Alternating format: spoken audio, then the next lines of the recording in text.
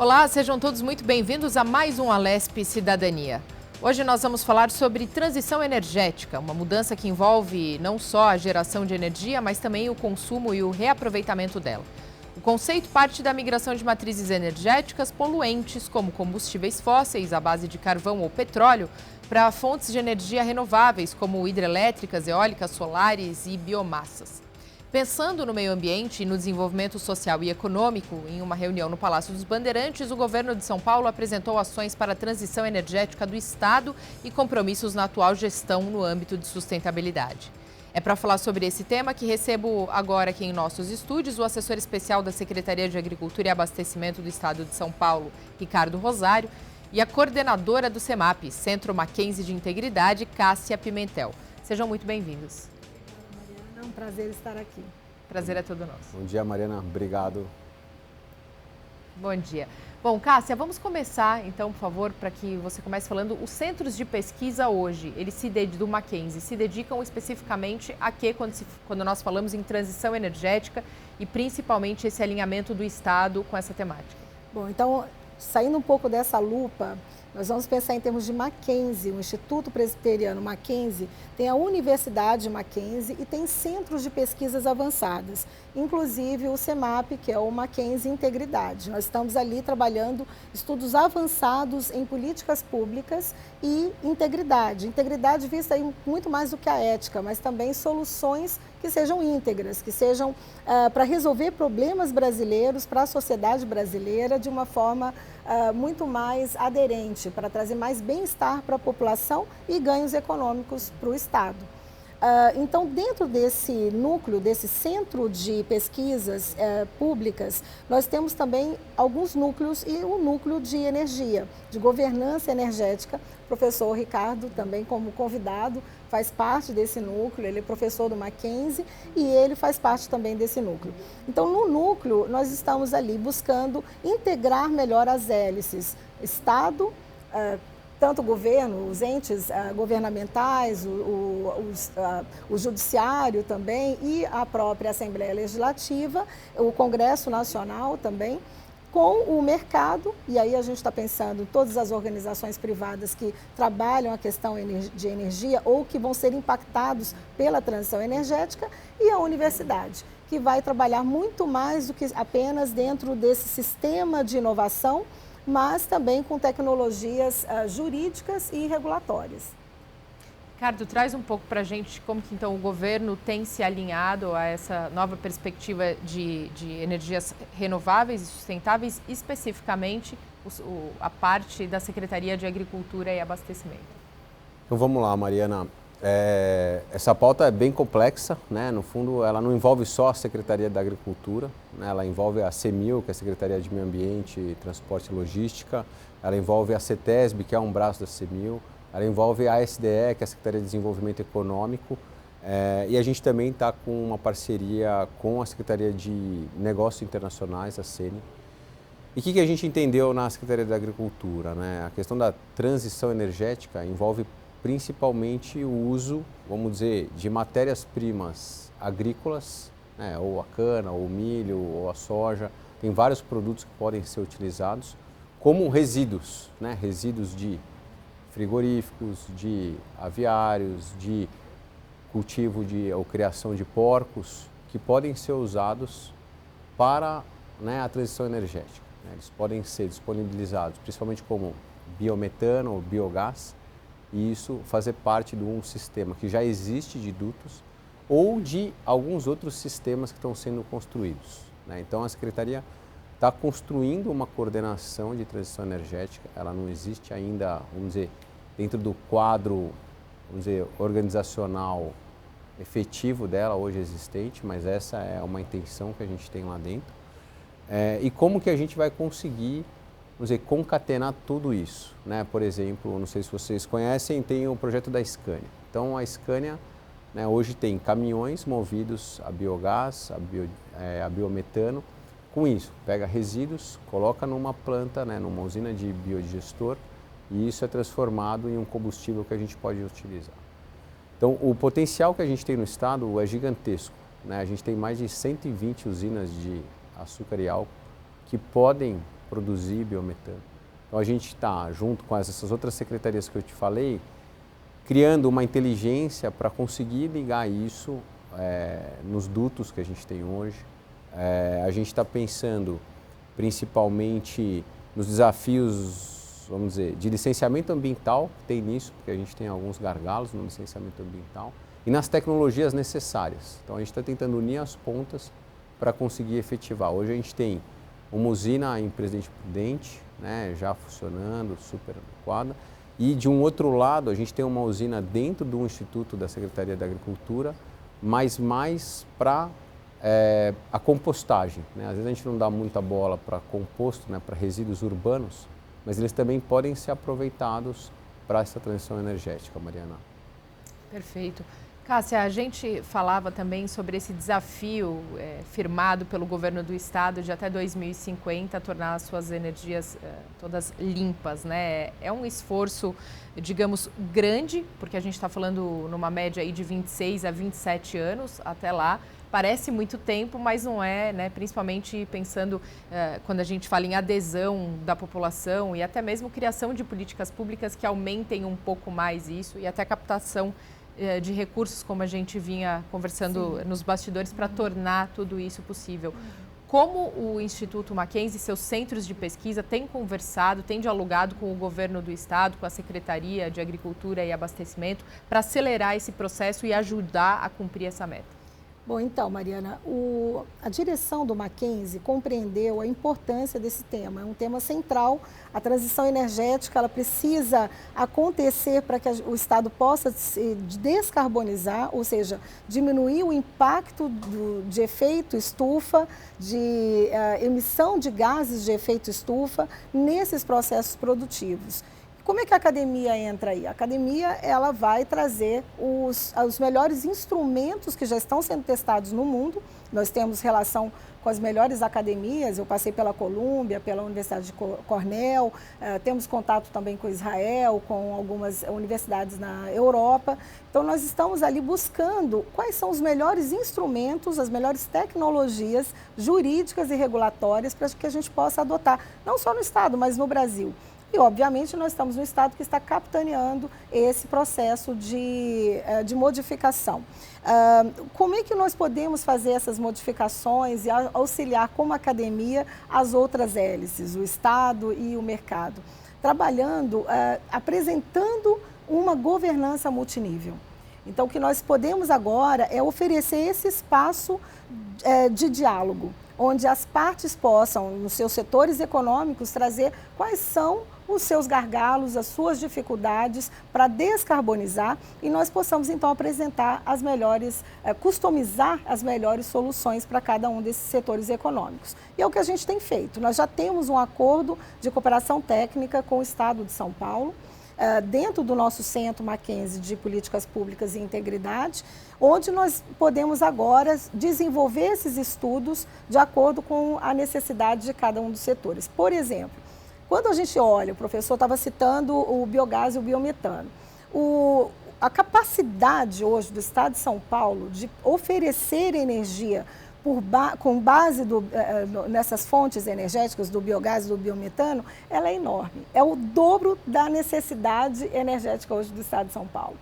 Então, o que a gente precisa fazer de modificação? Obviamente, nós vamos precisar trabalhar em gargalos não só tecnológicos, mas principalmente de distribuição, de logística, então, de infraestrutura, porque hoje nós fazemos de um jeito, precisamos migrar e fazer de uma outra forma. Então, como que a gente pode viabilizar economicamente? Essas são as soluções que a gente tem trazido. O acordo de cooperação técnica nos aproxima do Estado, em qualquer dos seus entes, né? Tanto para o judiciário, que a gente sabe que essas questões são muito judicializadas, mas também para a Alesp, quando ela vai desenhar ali, os deputados vão desenhando essas novas políticas públicas e migrando, conhecendo, o que a gente precisa hoje? Conhecer qual é o arcabouço normativo que nós temos disponível, qual é a legislação que nós temos hoje de políticas públicas e verificar quais são os pontos que precisam ser alterados. Quais são as políticas públicas que ainda são inexistentes e que precisam entrar para facilitar o mercado nessa transição, nessa mudança. Então, a gente também precisa conhecer esses processos produtivos de cada setor econômico. Então, como que eu vou, por exemplo, aproveitar a nossa malha de distribuição da nossa produção, né? A gente estava pensando aqui no agro, né? Como que a gente pode pegar toda essa frota que traz a produção do interior do país para cá, né? Para Santos, como que a gente pode mudar essa frota de uma utilização de uma fonte fóssil, né? De um diesel, para uma fonte limpa, que pode ser, por exemplo, o biogás e o biometano. Como transformar em corredores limpos essa vinda dessa produção. Então, tudo isso que a gente vem pensando é interessante porque a nossa governança, a governança que nós trabalhamos na energia, ela é completamente multinível. A gente não está falando só do direito. A gente está falando de várias disciplinas, ela é multidisciplinar, ela é intradisciplinar, então a gente sai de uma forma tradicional de ensino para uma forma muito mais moderna. Colômbia, onde eu passei, encerro aqui nesse meu comentário, fez a primeira faculdade climática, onde eles pegaram profissionais de todos os saberes, de todas as ciências, para pensar em soluções. Desse estrangulamento climático que nós estamos vivendo, né? Acho que é muito visível o que a gente tem passado nos últimos anos. Esse ano agora que está se encerrando, é muito emblemático nessa questão das emergências climáticas. Então, a resposta precisa ser rápida. E você estava falando da questão dos 27 anos, né? Do 2050, que está logo ali. Essas mudanças precisam ser aceleradas e a academia pode proporcionar essas soluções. Aí, a academia, de um lado, proporciona soluções, né, Ricardo? E, de outro lado, tem, então, a Secretaria de Agricultura e as outras secretarias que compõem o governo do Estado também, claro, que operacionalizam toda essa questão. A gente sabe que a Secretaria de Agricultura tem uma série de institutos que vem desenvolvendo pesquisas também, né, muito renomadas, inclusive no setor de cana, de açúcar, né, as diversas espécies, modificações genéticas, por exemplo. Inclusive, também está muito ligada à FenaSucro e à Agrocana, um dos principais eventos que trazem novidades nesse segmento sucro-alcooleiro aqui para o nosso estado, não só em termos de montante de valores, mas realmente de novas tecnologias que são lançadas, né? Inclusive, o estado de São Paulo, ali em Sertãozinho, tem justamente todas as usinas, né? Ou tudo necessário para se montar uma usina, e eles costumam dizer muito que as pessoas saem com a chave de uma usina fechada já da cidade, porque tudo tem ali. Como que a Secretaria vem se preparando para esse desafio de 2050 e auxiliando, claro, o governo do estado? Então, Mariana, como você falou, né, acho que tem alguns pontos. Primeiro, essa questão dos institutos, né? Então, os institutos têm feito algumas pesquisas nesse sentido para contribuir para o governo do estado chegar na meta de 2050, né? A miríade, vamos dizer, a diversidade que a gente tem de possibilidades é tão grande que são muitas coisas que a gente pode falar, né? Então, falamos já um pouco do biogás, do biometano, então isso está acontecendo, tanto nas usinas, né? Vamos dizer, talvez a porteira fechada em Sertãozinho esteja faltando isso, ligar as usinas de biogás e biometano, né? Infelizmente, por um lado, elas têm um investimento muito alto, né? A usina de Cocal, de Presidente Prudente, foi 250 milhões de reais.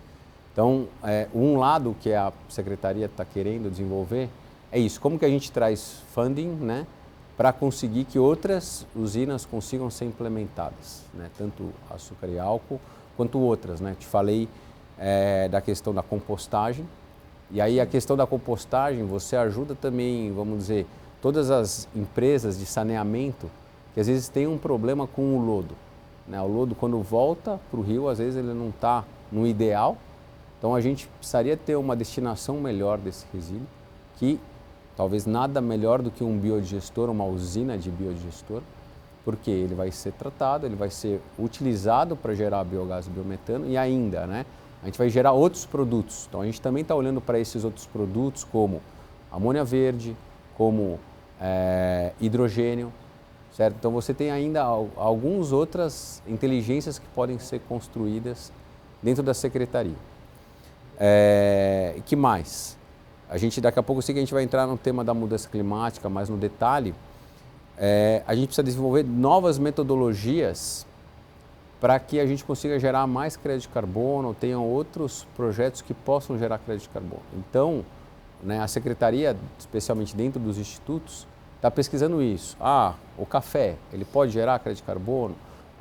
A laranja, outras culturas, por que não? Por que geralmente a gente só fala da floresta, principalmente, né? Ou mesmo a pecuária, todo mundo fala que a pecuária é um emissor, mas será que existe uma possibilidade da pecuária conseguir gerar crédito de carbono, deixar de emitir? Então, se a gente pensar numa inteligência onde, e já isso está acontecendo, tem uma substituição de alguns usos de adubos mais nitrogenados ou alimentação do gado, isso pode ser interessante para a gente, a Secretaria está olhando para isso também, né? E o outro lado, como eu te falei, tem toda essa questão de financiamento, né? Então, a Secretaria, vamos dizer, está tentando fazer o meio de campo, que eu acho que essa é a função dela, né? De institutos de pesquisa que a gente tem junto com outros braços de academia, mas entender o setor e as necessidades do setor e ver o que o setor precisa, porque a gente precisa estar perto do setor, né? Às vezes o setor que vai enxergar primeiro os problemas, porque eles estão na linha de frente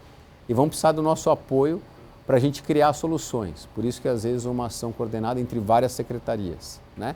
E o outro lado do gargalo geralmente é os recursos financeiros. Então, você sabe bem que a gente tem lá o FEAP, né? Um fundo de apoio, né? À pecuária, agricultura, e a gente quer aumentar, por exemplo, recursos para esse FEAP, ou criar outros fundos junto com outros bancos para que essas tecnologias possam ser implementadas. Então, acho que esse é um caminho interessante, Mariana.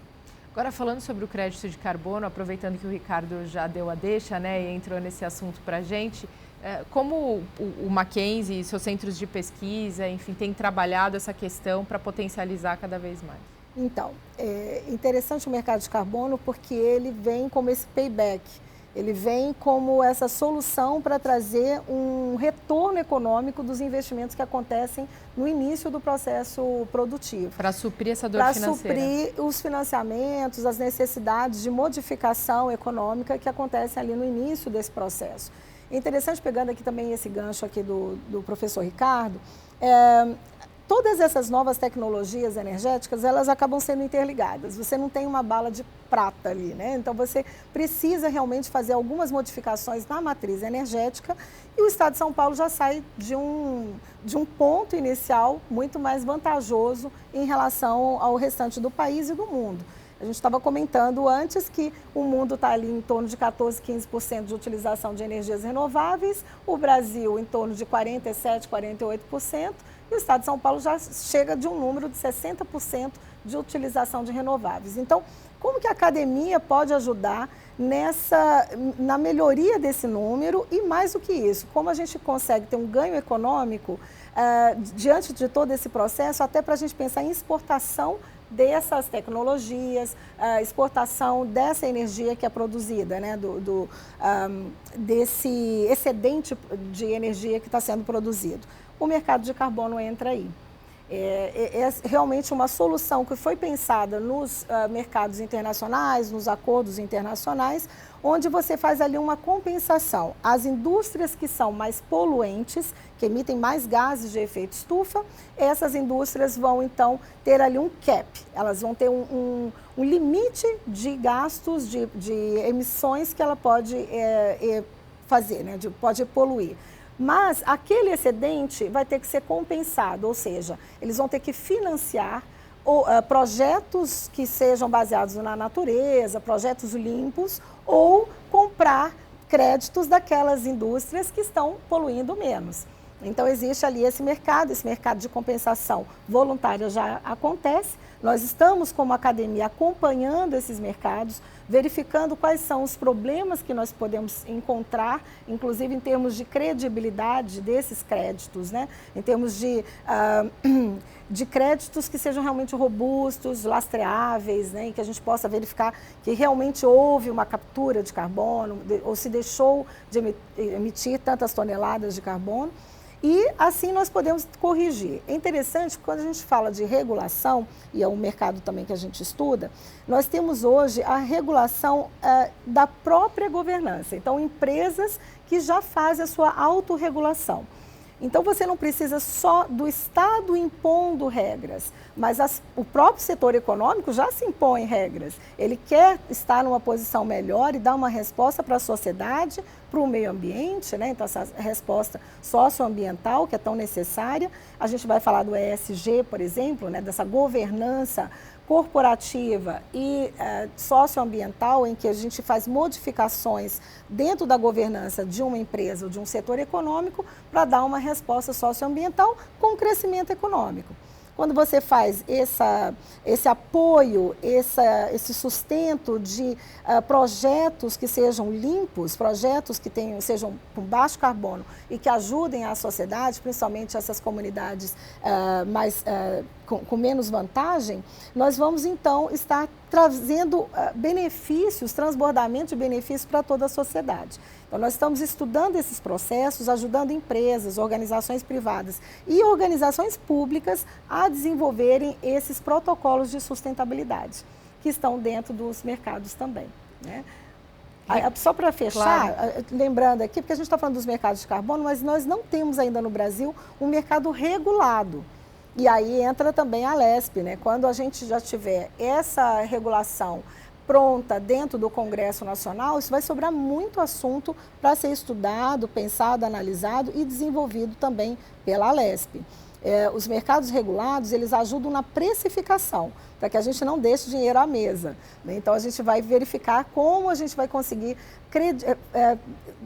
distribuir melhor esse valor desse crédito, imputar um valor melhor para esse crédito e fazer uma comercialização que vai trazer mais ganhos econômicos para o Estado.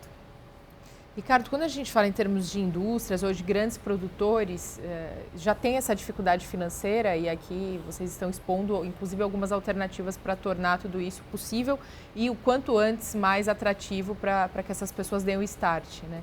Agora, e quando a gente fala de pequenos produtores, de médios produtores, pequeno produtor rural na ponta, como que ele se adequa a isso, né? A Secretaria está fazendo agora, né, desenvolvendo, levando toda essa internet para o campo, levando toda essa questão de cidadania para o campo, com o Rotas Rurais, por exemplo, que é um programa de vocês. Quer dizer, é um salto colocar na cabeça, né, desse produtor ou mudar essa lógica de um produtor que agora está tendo acesso à internet, de repente já dar um salto para começar a falar de tudo isso, de sustentabilidade, de emissão de carbono, de energias renováveis?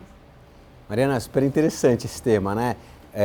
Isso já está na cabeça deles, né, de todos os produtores. Eu acho que tanto grandes quanto pequenos falam disso. Talvez os grandes, principalmente as grandes corporações listadas na B3, tem uma governança, como a professora Cássia, né, fala, já muito melhor, mas o pequeno, ele também tem isso na cabeça, só que sempre aquela coisa, quando isso vai chegar, né? Esse é um dilema. E aí eu acho que, como você colocou, você tem alguns programas que têm feito esse caminho e provavelmente vão chegar de uma forma mais rápida, né? Então, a ideia da Secretaria principal, vamos dizer, é você ter um cadastro único, né? Porque hoje você tem o Rotas Rurais, que ajuda a gente imensamente, né, a começar de uma forma a cadastrar. No fundo, se a gente for olhar para trás um pouco, você tem o CAR, né? O Cadastro Ambiental Rural, criado lá em 2012 com o novo Código Florestal. Ele começou a melhorar o nosso cadastro, né, das propriedades rurais, grandes ou pequenas. Só que o produtor tem várias coisas, né? Às vezes ele tem lá o ITR, aí tem um ADA, que é um documento no IBAMA, né? Aí tem o Rotas, fica vários cadastros, assim, vários sistemas, que a ideia principal, ou uma das ideias da Secretaria, é que isso tenha um formato único, né, para o produtor, vamos dizer, não precisa fazer tudo uma vez só, fica tranquilo de uma vez só. Claro que tem toda a complexidade que envolve governo estadual, governo federal, o que é do governo estadual, o que é do governo federal. Então é um desafio. E talvez o último ponto, né, que é o super interessante, que os produtores também ficam se perguntando, é quando eles vão ter acesso aos créditos de carbono, né? Então eu acho que esse sistema vai ajudar nisso, né?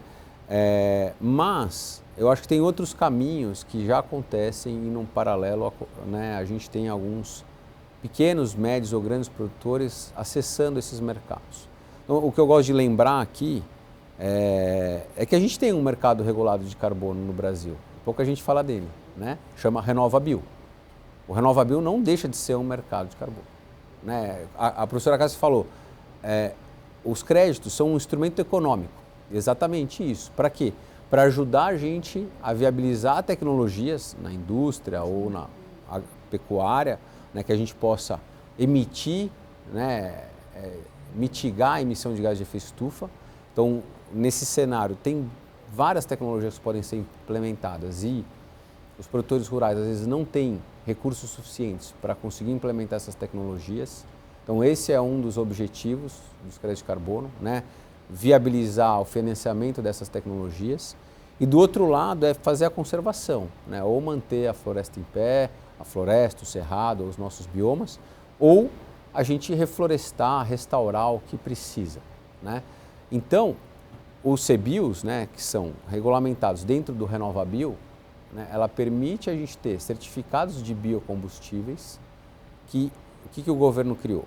Regulamentado pela ANP, Agência Nacional de Petróleo, né, as distribuidoras de combustíveis têm meta, né, como a professora Cássia colocou, é o CAP, né, a meta deles, eles têm que reduzir emissões de gás de efeito estufa. Tá bom, como eles vão conseguir reduzir? Eles podem substituir combustíveis, podem, né, mas às vezes isso raramente vai chegar na meta, né, mas a gente pode gerar os CBIOs. E aí é uma discussão aqui, Mariana, se eles são crédito de carbono na verdade, não são, isso é uma questão mais acadêmica, né? Mas acho que aqui para a gente pensar nessa pauta, eles não deixam de ser, eles têm a mesma...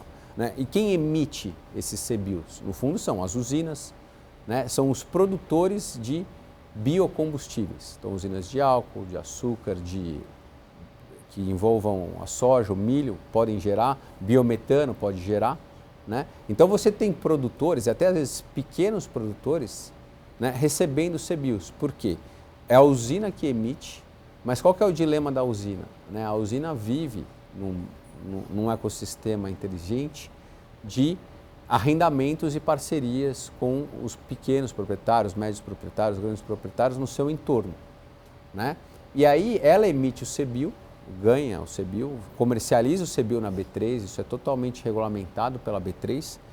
E o dilema que estava se discutindo o ano passado, principalmente, era qual que é o percentual que é justo ir para o produtor rural, não ir, porque às vezes nos contratos de parceria e de arrendamento não estava previsto a geração dos CBIOs. Então isso é um dilema que a gente tem dentro do direito, dentro, né, das obrigações e responsabilidades que, vamos dizer, as usinas têm com os seus produtores, né? Então eles têm acesso a esse mercado, tá? Eu sei que a gente vai aquecer mais um pouco ainda sobre o mercado, mas só para a gente colocar alguns pontos interessantes, a professora Cássia falou principalmente do mercado regulado, né? A gente fala do mercado regulado, sistema ONU, né? Teve o protocolo de Kyoto lá, a gente tem o Acordo de Paris hoje, e eu sei que daqui a pouco a gente vai falar da COP, né?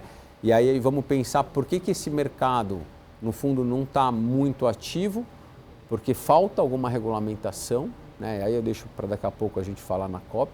Mas no paralelo, o que a gente tem de interessante já desde os anos 2005, 10, que a sociedade civil organizada, ela criou o que a gente chama de mercados voluntários, né? Então eles são regulamentados por entidades privadas, geralmente organizações sem fins lucrativos, com o objetivo de gerar crédito de carbono para a gente combater a mudança do clima e viabilizar novas tecnologias. Então eu gosto de citar alguns mercados, depois se você quiser a gente pode falar mais, né? Hoje o maior mercado, todo mundo tem chamado de VERRA, né? Ou VCS, que é o Voluntary Carbon Standard. Ele recebe projetos do mundo inteiro, então a gente tem projetos brasileiros lá, de médio, pequeno, grande porte, de agricultura, de indústrias, né? Você tem o Gold Standard, que é um outro mercado internacional também, só que olha um pouco mais para os ODS, então não só para o carbono, como que a gente pode gerar um pouco mais de crédito, vamos dizer, com um valor agregado maior, né? E você tem um mercado que a gente dá muito pouca bola, que chama Plan Vivo. Esse é um mercado internacional que olha principalmente para os pequenos produtores, de países como países africanos, países da América Latina. Eu acho que a gente, o Brasil, não está olhando muito né? A gente está pensando só nos grandes projetos, em manter a floresta em pé em milhões de hectares, são super importantes, né? A gente tem, mas eu acho que está faltando um pouco a gente olhar. E tem outros mercados, porque você tem o mercado da Califórnia e que a gente pode participar, né? Às vezes a gente fica, o Brasil não tem um mercado regulado, né? A gente tem um PL, não sei quanto que a gente vai falar do PL aqui também, não sei o quê, mas a gente consegue, vamos dizer, aproveitar todos esses mercados que existem, mecanismos, mas talvez a gente não esteja aproveitando, vamos dizer, de uma forma ideal, Mariana. Agora, falando em regulamentação, né, nós estamos na Assembleia Legislativa do Estado de São Paulo. Isso. E aqui é fundamental, né, discussões passam por aqui, criação de leis passam por aqui, que são fundamentais para todo esse processo que você vem falando agora. Qual papel a Assembleia, os parlamentares podem exercer dentro desse processo e como tem sido a articulação? O papel, né, dos legisladores é essencial, né? Eu gosto de começar bem pelo que a gente está fazendo aqui. Eu acho que primeiro precisa entender o mercado. E aí não interessa se é o Congresso Nacional, se é a nossa Alesp, se é uma Câmara Municipal, porque ele é extremamente complexo, né? E eu gosto de brincar, talvez, que é uma coisa difícil, é literalmente uma fumaça, né, gases de efeito estufa, que estão virando recursos financeiros. E não é fácil, né, você pensar nisso na prática, né? Não é uma coisa instintiva, natural. Então eu acho que o primeiro passo que a gente tem que ter é entender, conhecer, né? E a Alesp, principalmente vamos falar aqui, é divulgar isso, né? É trazer especialistas, é fazer eventos para que a população se conscientize. Vamos pensar aqui nos meus produtores rurais, nos meus pequenos produtores rurais. Eles têm noção disso, né? É muito subjetivo para eles, né? Então, acho que isso é um primeiro ponto extremamente necessário que a gente tem, essa questão vamos chamar realmente de educação ambiental, de um tema bastante complexo, né?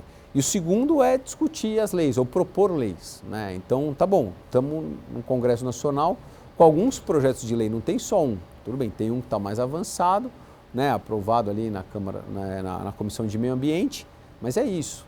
Ele é bom? A gente podia discutir ele aqui na Alesp? Eu acho que podia. Mas não é a Alesp que vai regulamentar, né? O pessoal me conhece um pouco, Mariana, e a gente podia ter um mercado paulista de carbono, ou não? Né? Por que a Califórnia tem um mercado que é só da Califórnia e não envolve os Estados Unidos? Ou no passado, não sei se você vai lembrar, teve a Bolsa do Clima de Chicago, né? O CCX, né? Era um mercado, né? Só estava em Chicago por conta da Bolsa, né? Mas era um mercado que envolveu o mundo inteiro, até o Brasil teve projetos lá. Era um mercado que foi prototipado por anos específicos. Ele falou assim, eu só vou viver 10 anos para ver se realmente funciona o mercado, existe o mercado, não tem viabilidade, tem tração, o que a gente vai criar? A gente não poderia criar um outro mercado aqui, paulista? Não seria interessante a gente pensar na geração de empregos, né, na economia que você vai movimentar? Eu acho que isso que a gente está perdendo muito, né? Eu falei antes dos mercados voluntários, eu acho que eles são excelentes, né? Mas a gente aproveitar deles, a gente está deixando de gerar emprego, de gerar economia, de criar regras nossas que podem ser, né, vamos dizer, mais tropicais, que possam ter mais sentido para a gente. Muitas das regras internacionais são baseadas em critérios de outros países. E eu acho que a gente perde, né, com isso, deixa de ganhar até mais crédito de carbono. Então eu acho que a gente podia discutir isso um pouco mais na Alesp. Podemos ter um mercado de carbono? Quem que vai regulamentar? Tem que sair daqui ou tem que sair do executivo? Seria um projeto que tem que sair do executivo e vir para cá e a gente debater. Então isso é uma coisa que a gente tem conversado também entre as secretarias. Claro, tem essa discussão do mercado nacional, mas eu acho que uma coisa... Tem que descer, né? Eu acho que uma coisa não atrapalha a outra. Você pode ter uma regulamentação nacional e ter outra estadual. Não é tudo que a gente não tem política nacional de mudança do clima e uma política estadual de mudança do clima. A A gente não tem uma política nacional de resíduos sólidos e tem política estadual de mudança. Então, por que não pode? Né? E a gente tem, na minha opinião, Mariana, falado muito pouco nisso.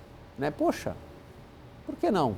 Né? Eu acho que seria super interessante a gente discutir um pouco mais aqui na nossa Alesp sobre o tema, né? Envolver outros pesquisadores que são super importantes nisso. Né? E como a professora Cássia falou, essa questão da Colômbia, o tema é muito rico e tem que ter muita gente na mesa. Né? Talvez a gente aqui esteja olhando muito mais por um aspecto regulatório, por pensar no direito, né? Mas pense em toda a parte técnica da agronomia, da biologia, da engenharia, né? Do mercado financeiro. Então, acho que são coisas interessantes que a gente até pode pensar junto depois em pautar esses novos bate-papos, vamos dizer assim. Cássia, nos encaminhando para o final já, como o Ricardo trouxe para a gente daqui a pouquinho mais de 4 anos vamos ter a COP28 e, claro,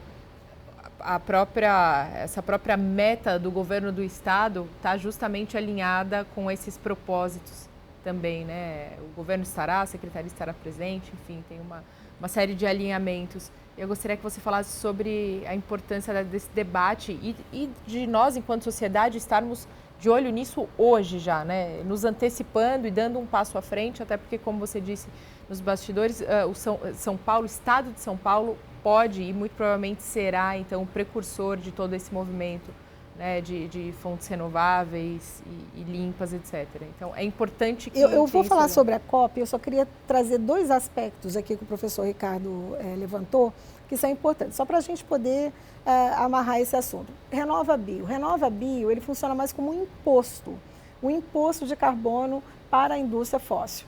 Então, os certificados que são CBIOS, os certificados que são emitidos pela indústria, principalmente da bioenergia, eles são comprados, são comercializados obrigatoriamente pela indústria fóssil. Então, difere do mercado de carbono que está sendo proposto hoje e que já tem mais de 20 anos na Europa.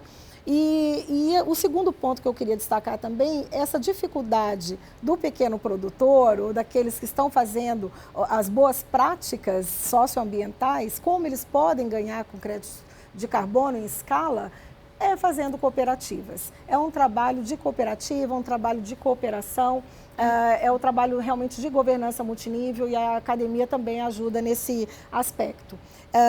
E, claro, né, também os entes públicos, né, o Estado pode ajudar também trazendo esse fórum.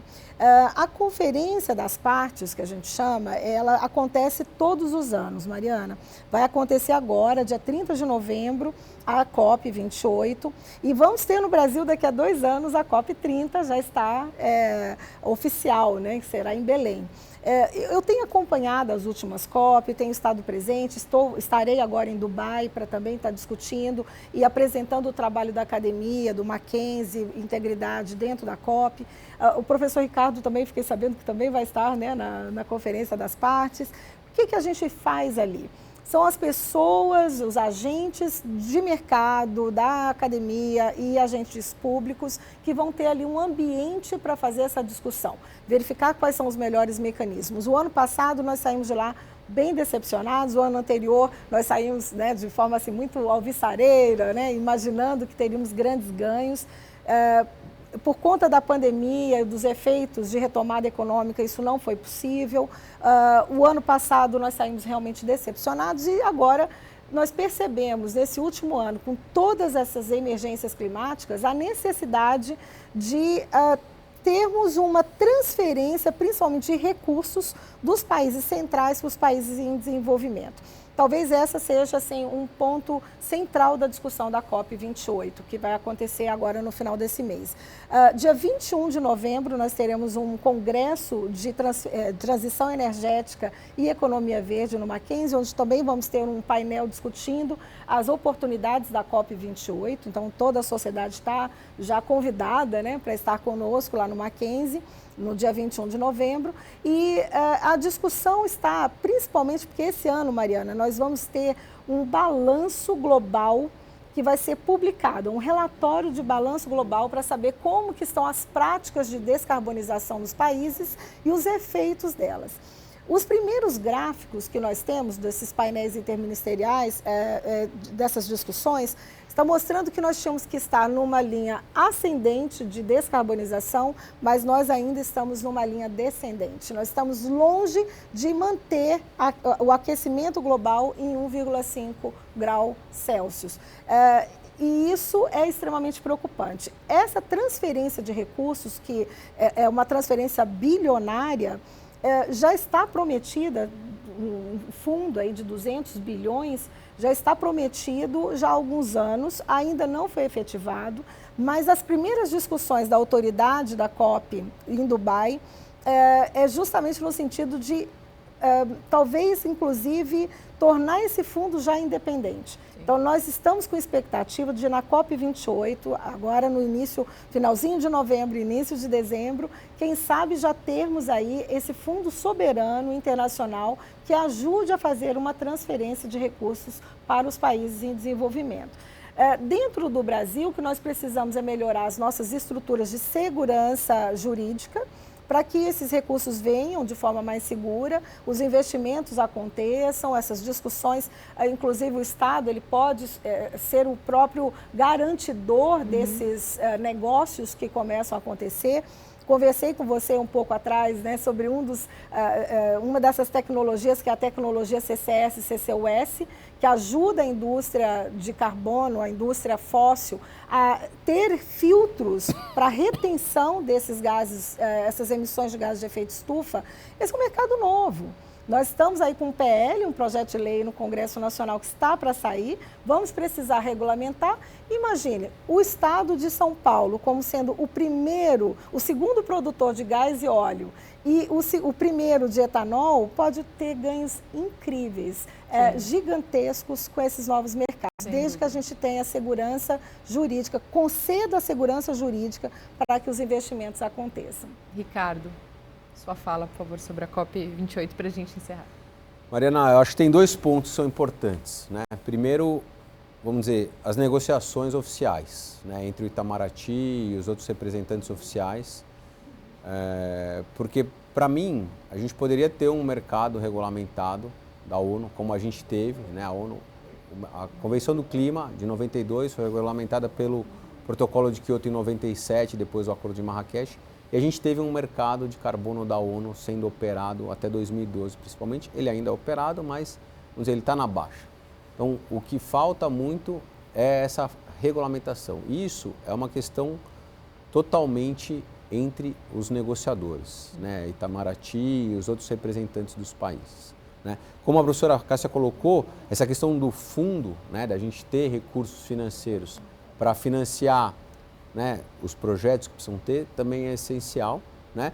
E eu acho que hoje, num paralelo, vamos dizer, as COPs, elas também se tornaram eventos que envolvem outros entes, né, não só o Itamaraty, mas outros entes, o Ministério do Meio Ambiente, o Ministério de Ciência e Tecnologia, e entes subnacionais, como a Secretaria da Agricultura, a Secretaria de Meio Ambiente, a Única, a Biogás, a ABAG, você tem a sociedade civil envolvida, que também é importante que nesses painéis, vamos dizer, paralelos, no bom sentido, tragam, vamos dizer, resultados para a gente, especialmente nisso, no financiamento e no desenvolvimento de projetos de mitigação e de conservação aí, para a gente, vamos dizer, conseguir alcançar a meta da mudança climática. Ricardo, Cássia, gostaria de agradecer demais a presença de vocês hoje aqui nesse Alesp Cidadania, agradecendo demais a sua companhia também, que esteve conosco até agora. Obrigada, viu? Até a próxima. Obrigado você, Mariana. Até a próxima. Obrigada. E até o próximo programa.